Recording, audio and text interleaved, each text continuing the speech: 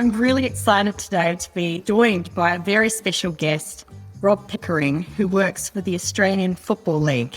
Rob, lovely to have you here today. It's great to be here, Lisa, and thanks for having me. On behalf of the kids that are watching this, I want to get into a very important question. Who's your favourite footy club? I'm a Carlton Blues supporter here, although we try not to have teams at the AFL, but I'm a Carlton Blues supporter. Ah, right. Tell us a little bit about your job. You're the GM, the General Manager of Technology. I guess it's kind of a bit of a catch-all term for everything to do with technology here at the AFL, and including Marvel Stadium. It's a great stadium here in Melbourne, and I get to be responsible for all the technology there as well. So it's a pretty cool job where the kind of digital and virtual meets the physical. So tell me, what does cyber mean to you? For me, cyber, it depends. It's a bit of a landscape thing. It's like, what does the forest look like? Or what does the sea look like, or the ocean? It's kind of, cyber's all things connected in the online world. So everything from your phone to your home network to the wireless that you connect to at a stadium or at a friend's house, through to the way your Apple TV connects to the internet. All those things constitute kind of cyber for me. It's more of an environment. It's a place where things are, even though it's not a real kind of physical place. Very well put. That's great. So what about cybersecurity? What is that about? Well, I think it's like securing anything. You want to be secure in your home, which means you need to think about all the things that you might have problems with, or someone might try to get inside that to cause you harm or your family harm. And so how do you lock your virtual doors? How do you secure the things that you care about most, your money, your friends, your information? How do you keep those locked down so that only the people that are allowed to access them to keep you out of harm's way? So what's exciting about your role?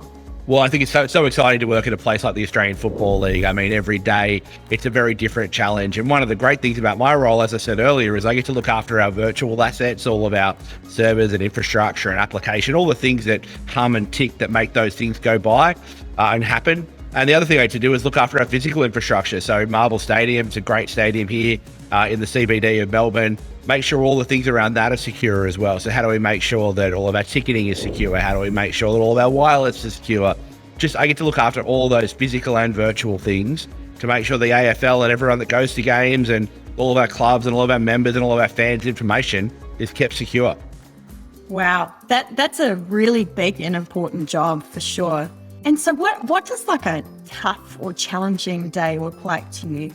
I think every day is a little bit different. I don't think any day is more challenging than the next. I think one of the things about cybersecurity and a great thing about working in this space is that every day you've got to be on your guard. It sounds like it might be tiring, but actually it's quite energizing that you get to, every day there's new challenges to solve, new attacks to prevent, new things to respond to, and it never is the same. Every day looks a little bit different for me, and that's what keeps me energized and coming to work every day. That's great. That's awesome.